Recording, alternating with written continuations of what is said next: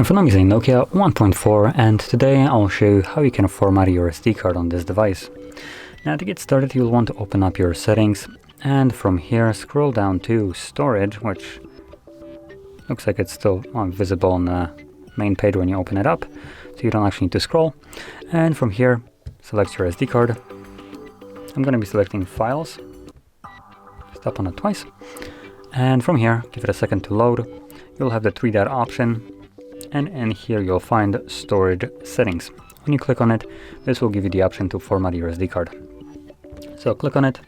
It brings up a message that performing a format on your SD card will basically remove all the data from it, and if there is anything on that card that you'd like to keep, you might want to back it up beforehand, otherwise you lose it permanently, lose the data on it.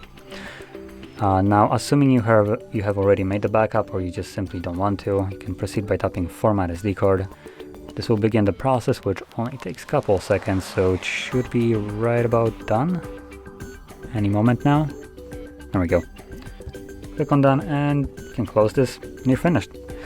So, if you found this very helpful, don't forget to hit like, subscribe, and thanks for watching.